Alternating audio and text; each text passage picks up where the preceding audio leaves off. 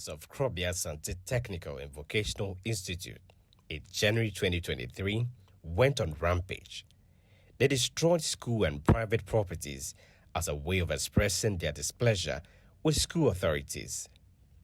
43 students were subsequently arrested and put before court.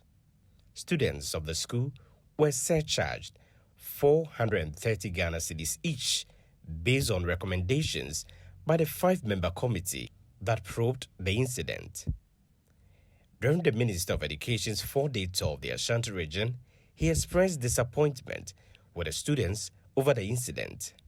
There are so many people who love to sit down with you and talk to you to resolve your issues, and you don't resort to violence. That we will not condone. And I hope I will never live to hear anything like that from any school yours again. It's unacceptable that you destroy school properties in order to make your voice heard. The minister during his tour also indicated that attempts are being made to transition double-track schools into single tracks, as over 50% of schools are already on single track. He also outlined plans on addressing infrastructure-related issues in schools. I believe that we've made some great strides. After introducing the double track, attempts have been made to make sure that we can transition schools to single track. A number of schools are in transition to single track. That is why you don't have double enrollment in Form 1. They all come together as Form 1 students. They come together as Form 2.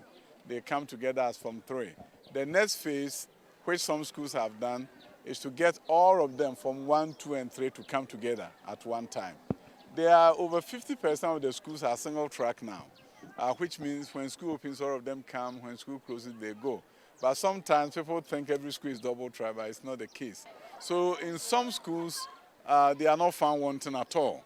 In other emerging schools, you still have some challenges, especially where they were single track schools and they grew in enrollment, but they never became double track. So they were not part of the emergency double track intervention. So as we travel around the region, we've seen some great things, new schools like the one at Daba nearing completion, the STEM school, Kwadaso Creative Arts.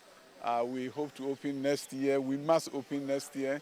We also went to see junior high school, model STEM schools like the one at Jaben. Dr. Yaw Adutwum also spoke about the strike by caterers under the government school feeding program and the likely impact on attendance at various public basic schools. You know, school feeding is not something that is facilitated by the Ministry of Education. School feeding is at the gender ministry. But of course, it's our children. So anything that affects our children affects us. We are yet to get the actual data. The Education Minister, as part of his tour of the Ashanti region, visited various schools to assess their state and inspected ongoing projects. The Education Minister was also commended by the Tepa Traditional Council for his role in promoting education in the area.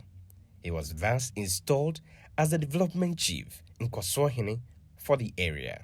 The Tepa Traditional Council used the occasion to call on the minister to pay critical attention to Tepa Senior High School and address infrastructural and other challenges facing the school. From Tepa in the Ashanti region, I'm Edward Upon Marfo for Citi News.